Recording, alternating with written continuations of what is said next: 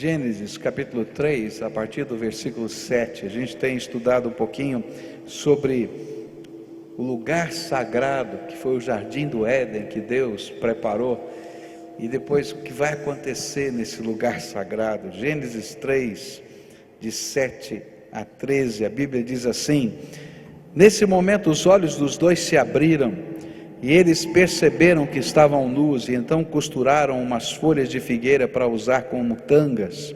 E naquele dia, quando soprava o vento suave da tarde, o homem e a sua mulher ouviram a voz do Senhor Deus, que estava passeando pelo jardim, e então se esconderam dele no meio das árvores.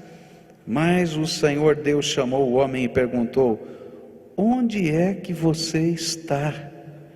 E o homem respondeu: eu ouvi a tua voz quando estavas passeando pelo jardim, e fiquei com medo porque estava nu, por isso me escondi. E aí Deus perguntou: e quem foi que lhe disse que você estava nu? Por acaso você comeu a fruta da árvore que eu o proibi de comer? E o homem disse: a mulher que me deste para ser a minha companheira me deu a fruta e eu comi. E então o Senhor Deus perguntou à mulher: por que você fez isso? E a mulher respondeu: a cobra me enganou e eu comi. Senhor Jesus, fala conosco nessa manhã, aplica a tua palavra ao nosso coração. Quero te adorar porque tudo quanto aconteceu nesse culto até agora, nós pudemos perceber que o Senhor já está conosco há tanto tempo, e que o Senhor passeia entre nós como passeava naquele jardim, e que fala conosco, e toca o nosso coração. Então agora, Pai, quando vamos meditar na Tua Palavra, aplica a Tua Palavra às nossas vidas.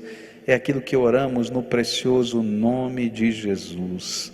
Amém e amém. Você pode sentar-se, querido.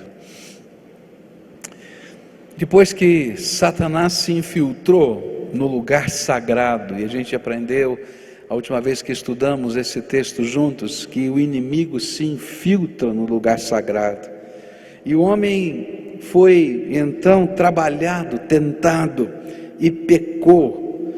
Novas experiências começam a surgir no coração do homem e da mulher, que até então não existiam na história. Tudo isso que está aqui nesses versículos que nós lemos não aconteciam antes.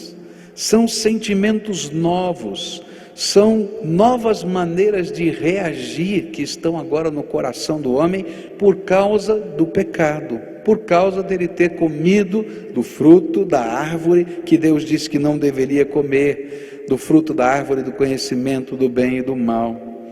E Deus vai agora mostrar para a gente que apesar do homem estar no lugar sagrado construído por Deus, o jardim do Éden, o lugar sagrado do coração havia se perdido. E o homem não conseguia restaurá-lo sozinho. Você já percebeu como muitas vezes a gente vem para um lugar sagrado? Por exemplo, um culto. E a gente olha às vezes para a direita, para a esquerda e percebe alguém adorando a Deus de uma maneira que a gente não consegue adorar. E a gente pode perceber no semblante, no gesto, na maneira como a pessoa está cantando ou orando, que há algo diferente que está acontecendo no coração daquela pessoa, que você não consegue sentir isso em você. Eu me lembro que uma vez eu estava lá em Jerusalém, e nós fomos para o Monte das Oliveiras, ali jardim do Getsemane, e houve um momento de ministração, nós estudamos a palavra juntos, e depois um tempo de oração, e tinha gente de vários lugares do mundo diferente, debaixo de cada árvore daquela, orando, buscando a face do Senhor, e eu comecei a caminhar por aquele jardim, e gente, eu me senti o pior de todos os homens da face da terra, porque tinha algumas pessoas que se derramavam na presença de Jesus numa intensidade que eu dizia assim: meu Deus, eu não estou sentindo o que eles estão sentindo. Você já sentiu isso? A palavra de Deus nos diz que às vezes a gente está num lugar sagrado, mas o sagrado não está dentro de nós. E antes de a gente estar no lugar sagrado, a gente precisa que o sagrado de Deus esteja em nós. E esse texto vai nos ajudar a compreender essas duas dimensões que começam a acontecer agora. E os sinais interiores de que o lugar sagrado do coração havia sido corrompido. Quais são esses sinais? O primeiro deles vai aparecer no versículo 7. Nesse momento os olhos dos dois se abriram e eles perceberam que estavam nus e então costuraram umas folhas de figueira para usar como tangas. O primeiro sintoma de que o lugar sagrado não estava mais no coração de Adão e de Eva foi vergonha. Adão e Eva começaram a sentir vergonha. Vergonha de Deus e vergonha do outro. A vergonha simboliza, ela foi simbolizada, por esse sentimento que envolvia o coração do homem e da mulher diante da sua nudez. Como é estranho, não é? Esse negócio de tirar a roupa é complicado, não é? Eu já falei para vocês que eu fui para o hospital, tive que fazer uma cirurgia, colocaram aquela roupinha, que a gente vai para a cirurgia, e a enfermeira colocou aquela parte, e você atrás não tem nada, você só tem assim, aquela parte da frente, e eu olhei para aquela moça que estava me vestindo ali, e eu disse assim, que coisa horrível, a gente perde até a dignidade aqui. Eu acho que eu estava tão angustiado, mas tão angustiado que ela veio com o outro para colocar nas minhas costas, não é? Porque é um sentimento tão estranho. E esse sentimento estava agora no coração do homem e da mulher. E é interessante perceber também que a nudez antes não incomodava o homem e a mulher. Na verdade, a nudez representava a comunhão em profundidade. E isso está lá em Gênesis 2:25, onde diz assim: tanto o homem como a sua mulher estavam nus, mas não sentiam vergonha. Mas agora eles estavam envergonhados. Eles haviam comido o fruto da árvore do conhecimento do bem e do mal, a árvore da desobediência, a árvore da morte. E agora a consciência deles havia sido ativada. E eles podiam perceber não só a sua nudez, mas o seu pecado. Eu creio, queridos, que a vergonha não era o resultado do homem e da mulher olharem para suas partes íntimas, mas era de saberem que Deus os veria como estavam, marcados pela desobediência, marcados pelo pecado, pela falha, marcados de alguma maneira, e que nada estava entre eles e o outro, e nada estava entre eles e Deus. A vergonha que estava diante dos seus olhos era tão forte que eles precisavam que alguma coisa estivesse entre eles e Deus, e entre eles e o outro. E então, por iniciativa própria, eles pegam folhas de figueira e de alguma maneira costuram uma roupa para si, para que alguma coisa estivesse impedindo que eles fossem vistos inteiramente como eram.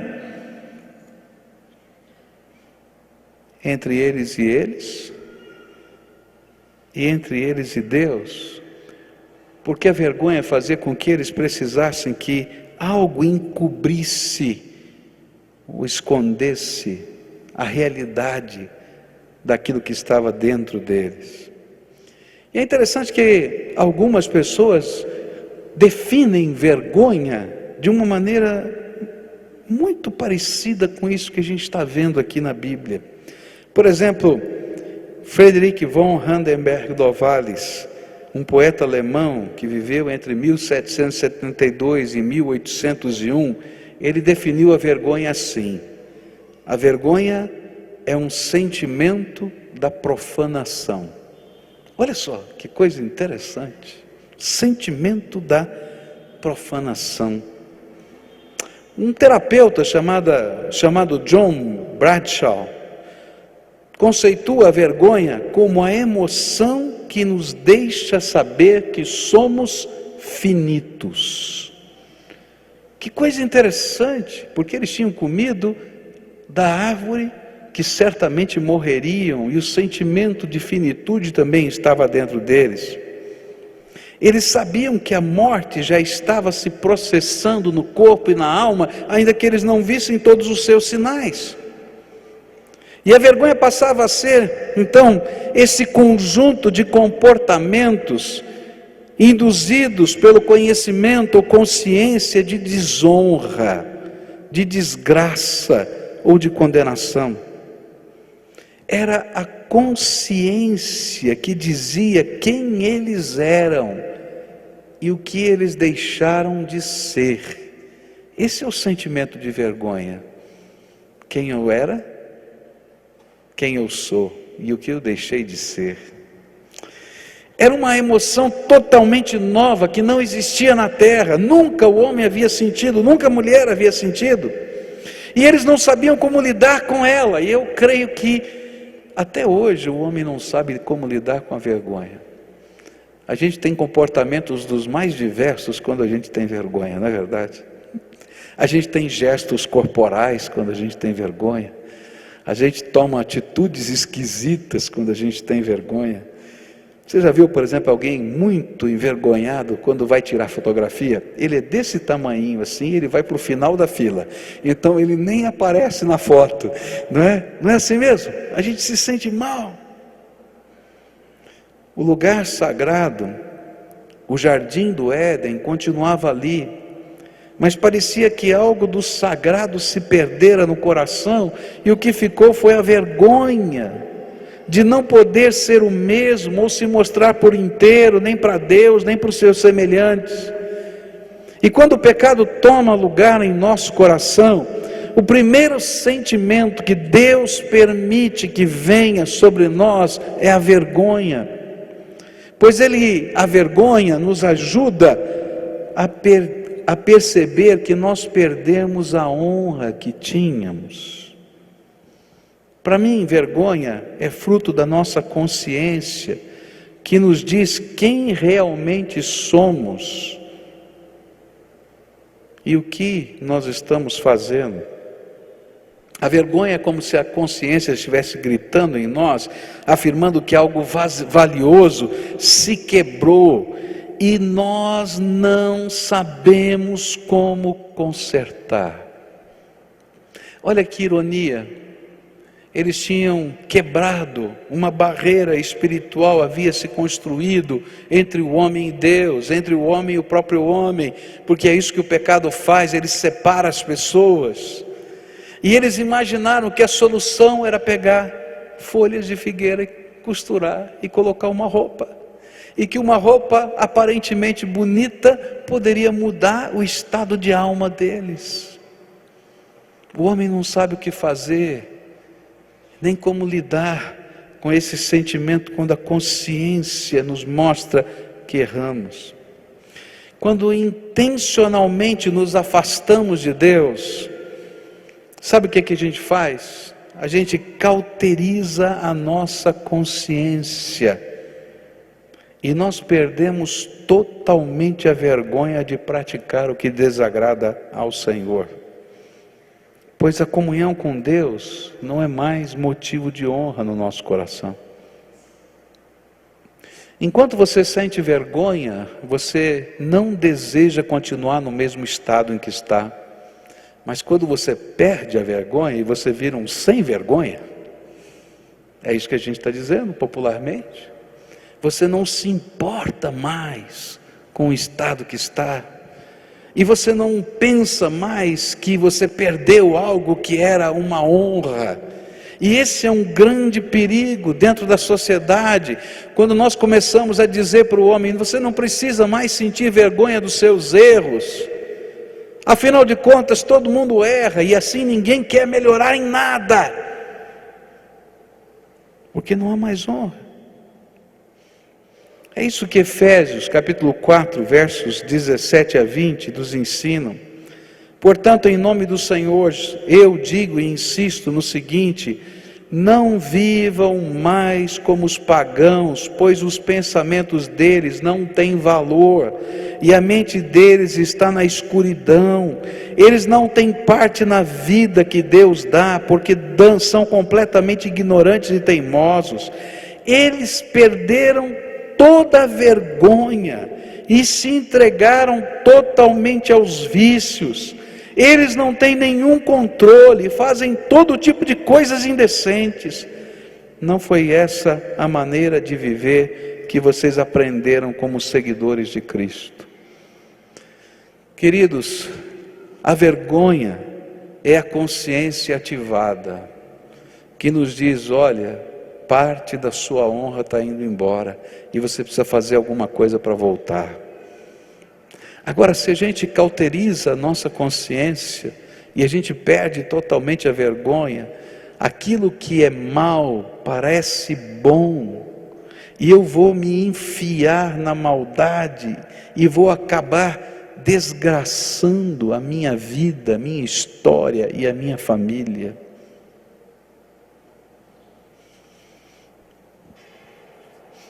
Mas se a vergonha está em seu coração, ela passa a ser um apelo divino da necessidade de sermos restaurados, e a única pessoa que pode nos restaurar é Deus, porque eu não consigo voltar à honra se Deus não me pegar sujo, quebrado, machucado como eu estou, e me colocar outra vez na comunhão com Ele. Eu devia ter uns 7 ou 8 anos de idade. Meu pai me pediu para ir à padaria comprar pão, e eu me lembro que ele me disse que estava me dando uma nota de alto valor, e que eu deveria tomar cuidado para não perder a nota ou o troco do pão.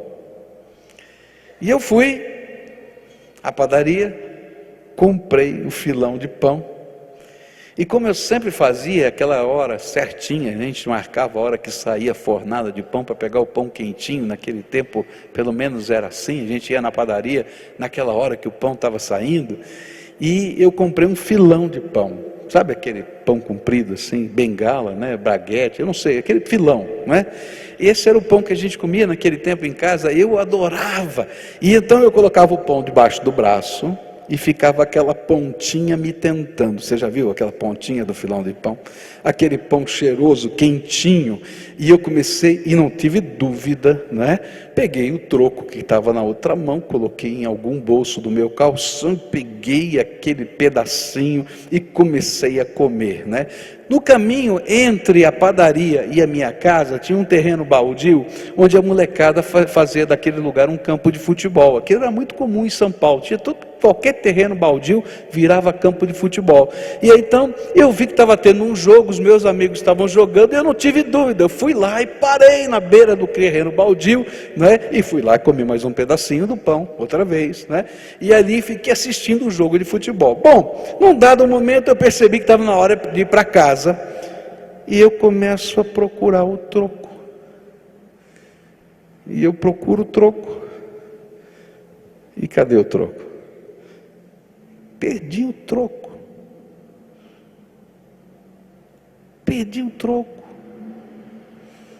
e eu fiquei desesperado, e eu voltei para procurar o dinheiro que eu havia perdido.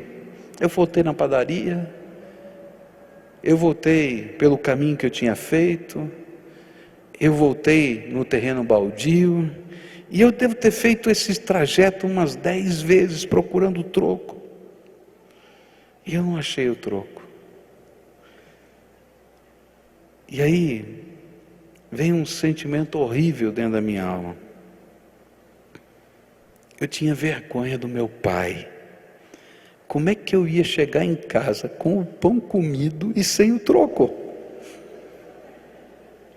Você consegue entender? Que foi? Não entendi. Ah, maldade a sua. Sabe o que ela falou? Que eu tinha cabeça de gordo desde pequeno mesmo. Pior que eu não posso falar nada, é verdade. E eu estava morrendo de vergonha do meu pai. Eu não sabia como enfrentar o meu pai. Eu não sabia o que dizer para ele.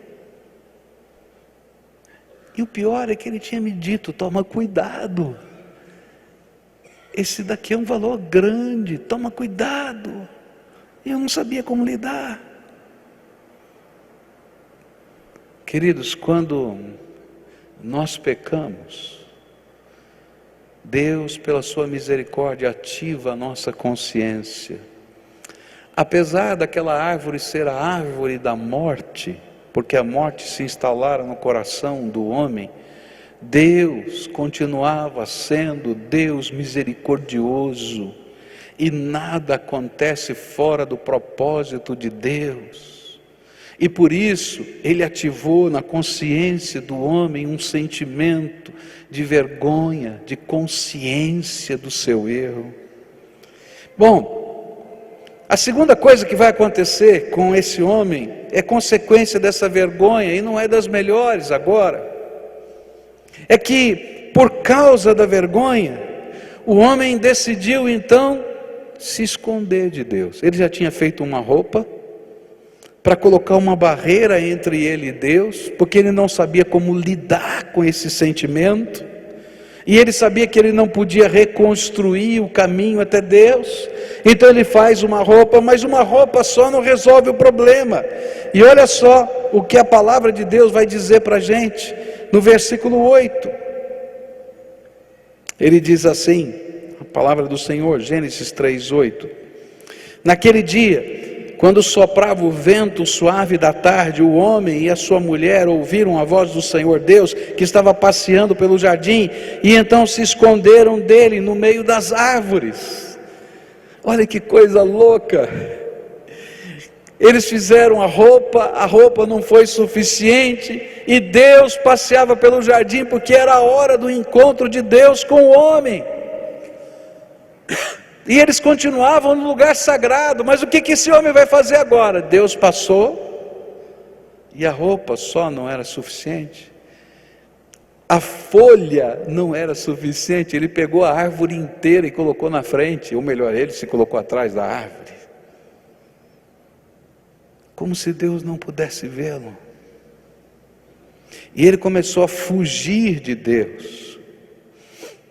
Eu me lembro que eu fiquei procurando aquele dinheiro, e quando eu percebi que eu não podia encontrá-lo, eu me sentei naquele terreno baldio, de frente ao campo de futebol, e já estava ficando tarde, e estava escurecendo, a noite estava caindo, todas as crianças estavam indo para casa, algumas me perguntavam se eu não ia também, porque estava ficando escuro, mas eu não podia ir para casa.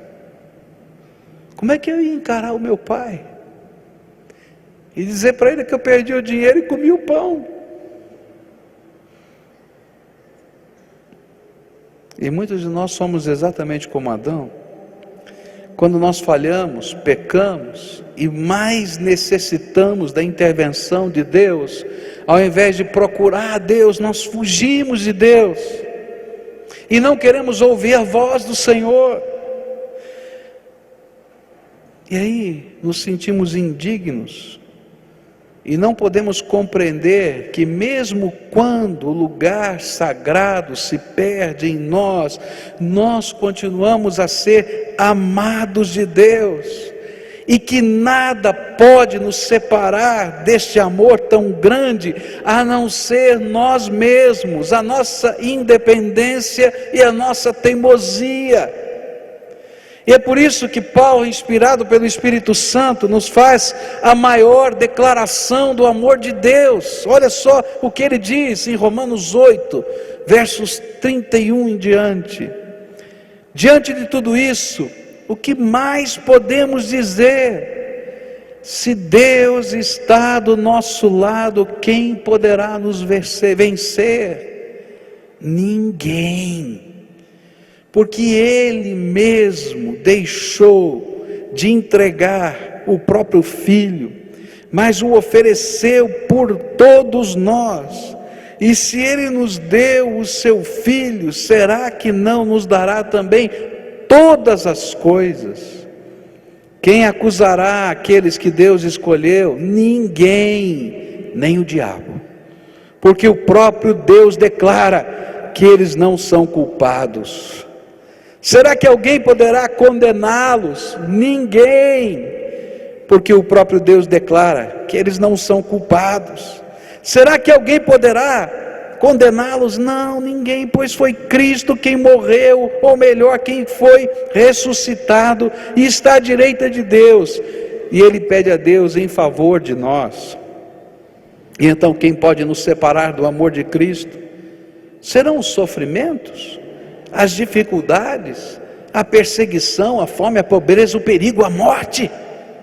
Como dizem as Escrituras Sagradas, por causa de Ti estamos em perigo de morte o dia inteiro, somos tratados como ovelhas que vão para o matadouro, mas em todas essas situações temos a vitória completa por meio daquele que nos amou. Pois eu tenho a certeza que nada pode nos separar do amor de Deus, nem a morte, nem a vida, nem os anjos, nem outras autoridades ou poderes celestiais, nem o presente, nem o futuro, nem o mundo lá em cima, nem o mundo lá de baixo. Em todo o universo não há nada que possa nos separar do amor de Deus, que é nosso, por meio de Cristo Jesus, o nosso Senhor. É por isso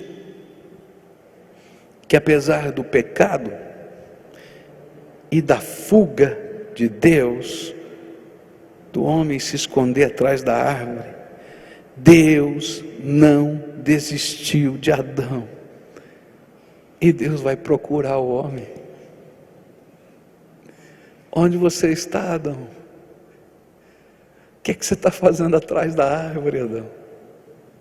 Por que é que você colocou essas folhas entre eu e você, a árvore entre eu e você? Adão, eu sei que você comeu da árvore da morte.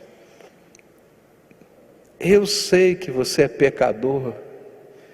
Eu sei que vai custar caríssimo para mim, porque um dia eu vou ter que me esvaziar da minha glória para caber na forma humana e tomar o teu lugar na cruz do Calvário, descer ao Hades, que a gente chama de inferno, para tomar das mãos de Satanás as chaves da morte do inferno, ressuscitar o terceiro dia, para que você não pereça, mas tenha vida eterna. Mas você continua sendo meu filho amado.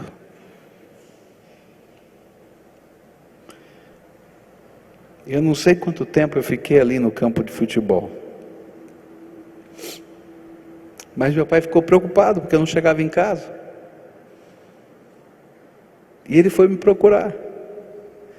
O primeiro lugar que meu pai foi na padaria, perguntou, todo mundo lá conhecia, era um bairro pequeno, todo mundo se conhecia. Não, ele veio, comprou pão, mas já faz tempo. E ele começou então a caminhar pela rua, pelo caminho que eu faria. Não vi, não sei. Até que ele encontrou algumas crianças, e uma pessoa que disse que tinha visto crianças jogando futebol naquele terreno baldio, e ele começou a ir em direção ao terreno baldio, e encontrou algumas crianças no caminho, e elas disseram, não, ele estava lá, mas já faz tempo. E aí meu pai entrou no campo de futebol, e eu estava escondido num cantinho, sentadinho no chão. Eu me lembro até hoje como é que eu estava sentado. Tem coisa que a gente não esquece, né? Eu estava sentado com os joelhos encolhidos no meu queixo e abraçando os meus joelhos. Eu não me esqueço mais disso. Num cantinho lá, escondido. E meu pai chegou todo preocupado, e quando eu vi o meu pai, eu comecei a chorar, de soluçar. E eu não conseguia falar nada. E meu pai veio desesperado, disse, filho, o que aconteceu com você? O que está acontecendo? E eu não conseguia falar. Sabe quando você tenta falar e soluça e não fala? Eu não conseguia falar. E até que eu falei: pai, eu perdi o dinheiro. Eu perdi aquela nota grande. Eu comprei o pão, mas eu perdi o dinheiro. E o pão já estava comido. E foi quando meu pai me disse algo que eu nunca mais esqueci. Filho, você é mais precioso do que esse dinheiro. Volta para casa, vem comigo. Ele pegou no braço, me carregou, me levou para fora do campo de futebol, me colocou no chão. Rapaz, fica de pé, enxuga os teus olhos, vamos para casa. Vamos para casa, lá é teu lugar. Quando eu estava estudando esse texto, Deus falou muito ao meu coração, lembrando dessa história. Era como se Deus estivesse falando para mim, para que eu dissesse para você: filho, você não precisa fugir de Deus. Você é mais precioso do que tudo para Deus. Foi por isso que Paulo disse que ele entregou o próprio Filho e ofereceu por todos nós. E se ele nos deu o seu Filho, será que ele não nos dará também todas as coisas?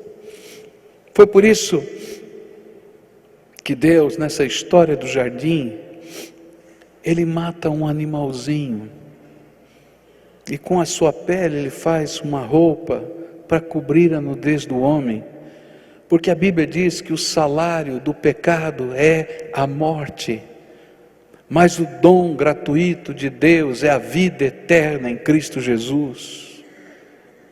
E aquele animalzinho morreu como um sinal, para que a gente nunca esquecesse que os nossos pecados e a nossa vergonha têm uma razão, porque o pecado mata, ele destrói, ele cria machucaduras, ele tem preços, mas também para que a gente nunca se esquecesse de que Deus tem um propósito de amor, de salvação.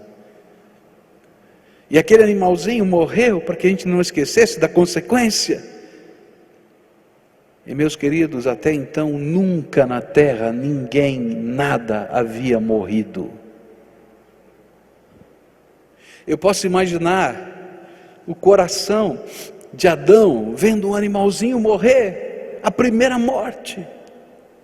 Ele podia entender o que estava acontecendo, mas Deus estava dizendo que um dia Jesus iria tomar o nosso lugar, para que eu e você não precisássemos morrer a morte eterna.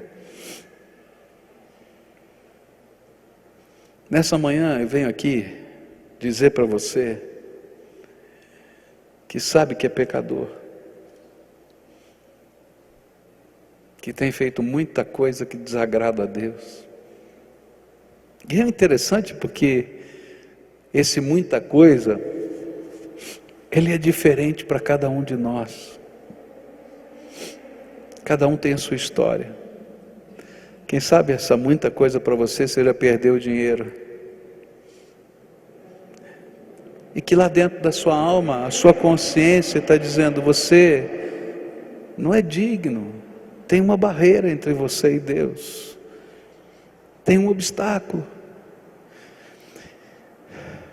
E talvez por causa desse sentimento, você está fugindo de Deus há muito tempo. E para poder sobreviver, você cria argumentos para abafar sua consciência, porque você não consegue lidar com aquilo que é perdido. A honra perdida a gente não consegue reconstruir, a gente só pode ser perdoado. E nessa manhã eu venho dizer para você que Deus ama você profundamente. E que Ele está indo aí no lugar que você está para pegar você no colo e dizer: para de fugir, por favor, para de fugir. Eu tenho um plano para você, eu tenho um propósito para você. E apesar de estar tudo enrolado, eu quero começar a reescrever a tua história com a minha graça e com a minha misericórdia. E queridos, você pode estar num lugar sagrado de um templo e não sentir nada. Mas se Jesus entra dentro da alma da gente, o lugar sagrado do coração da gente se renova. E algo novo da graça de Deus acontece em nós. Essa manhã eu quero orar por restauração, por volta, por reconciliação. Você é uma pessoa que está afastado de Jesus por alguma razão há muito tempo. E hoje o Espírito Santo de Deus está falando claramente para você. E quando o Espírito fala, você sabe que é Deus falando com você. Ninguém precisa dizer: volta, porque você é filho amado. Eu quero começar alguma coisa nova na tua vida. Pessoas falharam com você, a vida falhou com você, você não entende nada do que aconteceu. Se a gente continuar lendo o texto, e eu vou continuar hoje à noite esse sermão, você vai ver que a gente tem sempre grandes justificativas para os nossos erros. A mulher que o Senhor me deu, a serpente que o Senhor criou, a gente sempre tem desculpas. Eu fugi porque o Senhor colocou em mim o sentimento de vergonha. Mas hoje, Jesus quer fazer algo novo na tua vida. Eu quero orar agora. Deus quer colocar hoje na tua vida alguns sinais, algumas marcas do amor dele. E uma das coisas que a Bíblia ensina para a gente, que são tremendas, para mim essa é tremenda. Jesus disse aos seus discípulos: tudo quanto me pedires, ao pedires ao Pai, em meu nome, eu farei, para que o Pai seja glorificado no Filho. Não sei se você está entendendo o que a Bíblia está falando. Ele está dizendo que Ele ia colocar alguns sinais na nossa vida, para que o Pai fosse glorificado no nome de Jesus que a gente ora. E eu queria hoje orar por você. Eu não sei, o que está no teu coração, que você queria colocar diante do Pai? Alguma coisa que está aí na tua alma. Senhor, eu preciso. Tenha misericórdia de mim, eu preciso. Tenha misericórdia de mim, eu preciso. Eu não sei o que é, eu não tenho ideia do que seja. Mas às vezes lá no meio da luta da nossa vida, a gente passa por determinadas situações e diz: eu preciso de uma intervenção tua. Agora eu quero te dar uma sugestão.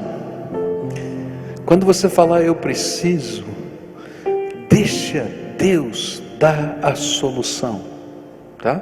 Em vez de você dizer para Ele: ó Deus, eu preciso que o Senhor faça assim, assim, assim, assim, você diz: Senhor, eu preciso de uma intervenção tua nessa circunstância da minha vida. Eu não sei o que é, nem sei como. Sabe por quê? Porque às vezes aquilo que eu imagino que é uma bênção, não é uma bênção. Deus sabe. Mas quando você como filho diz: eu preciso, em nome de Jesus, algo de Deus vai acontecer. Você crê nisso? Crê? E eu sinto no meu coração que hoje Deus quer dar um presente para você. Quer dizer: filho, tu continuas a ser um filho amado de Deus. Tu continuas a ser um filho amado de Deus. Eu estava nesse congresso e eu escrevi aqui na minha agendinha de oração algumas coisas que eu precisava. E eu até tinha idealizado como é que Deus deveria fazer, mas Ele sempre surpreende a gente. E quando eu estava ali naquele encontro, um dos pastores, o mais simples, o mais, assim, não o mais eloquente de todos, foi fazer um momento de oração. E naquele momento de oração, ele falou algumas palavras que eram exatamente as palavras que eu tinha escrito no meu diário. Sabe, exatamente, não parecida, exatamente. Que eu não pude me conter, eu só comecei a chorar, porque eu sabia que Deus tinha ouvido a minha oração. Deus vai fazer alguma coisa hoje na tua vida, você crê nisso?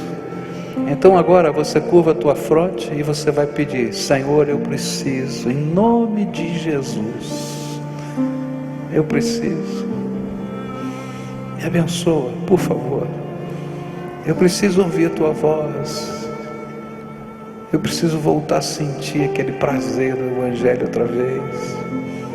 Eu preciso que o Senhor vá na minha casa, Pai, e alguma coisa aconteça na minha casa. Eu preciso de uma intervenção tua na minha saúde. Eu preciso que o Senhor me ajude a achar o meu filho que está perdido. Eu não sei, diz, eu preciso, Jesus, em nome de Jesus, por favor, me ajuda. Eu preciso. Senhor Jesus, tua palavra, tua promessa, não é minha, Senhor.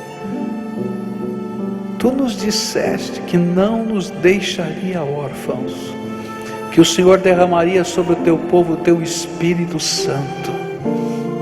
Então agora, Pai, começa a derramar do teu Espírito Santo, Pai. Tua palavra, Senhor Jesus, disse que o teu Espírito Santo, o Espírito Santo Consolador, nos ensinaria todas as coisas. Então, ó Espírito Santo Consolador, vem e ensina o que precisamos aprender agora, Pai, em nome de Jesus. A tua palavra, Senhor, nos prometeu que o Senhor nos faria, que através do seu Espírito, o Senhor nos faria lembrar tudo quanto o Senhor tinha dito. Então, Senhor, se é preciso lembrar alguma promessa que o Senhor já deu, então agora, Pai, faz o teu Espírito revelar isso, a promessa que o Senhor já deu, e trazer e avivar ao coração. Por favor, Senhor, a tua palavra nos prometeu que o Senhor permitiria que sinais se seguissem a pregação do Evangelho. Ó Pai, que esses sinais da tua manifestação estejam na vida dessas pessoas. A tua palavra, Senhor, nos prometeu que tudo quanto pedíssemos ao Pai, em nome de Jesus, o Senhor nos daria, para que o Pai fosse glorificado no Filho. Então, ó Espírito Santo de Deus, glorifica o Pai no Filho, derramando a tua graça nessa hora. Que milagres do Senhor aconteçam agora em nome de Jesus. Que curas do Senhor aconteçam agora em nome de Jesus. Que, Senhor, pessoas que estão perdidas voltem para o Senhor em nome de Jesus. Que pessoas, Senhor, que estão com seu coração endurecido sejam quebrantadas em nome de Jesus. Que pessoas, Senhor, que estão possessas por demônios sejam livres em nome de Jesus. Que pessoas, Senhor, possam ser alcançadas pelo nome de Jesus, porque toda honra, toda glória e todo louvor pertencem só ao Senhor da glória, o Jesus amado que nós adoramos. Estende a tua mão de poder agora, Senhor, e abençoa, e abençoa, e abençoa, em nome de Jesus. Amém e amém. Amém.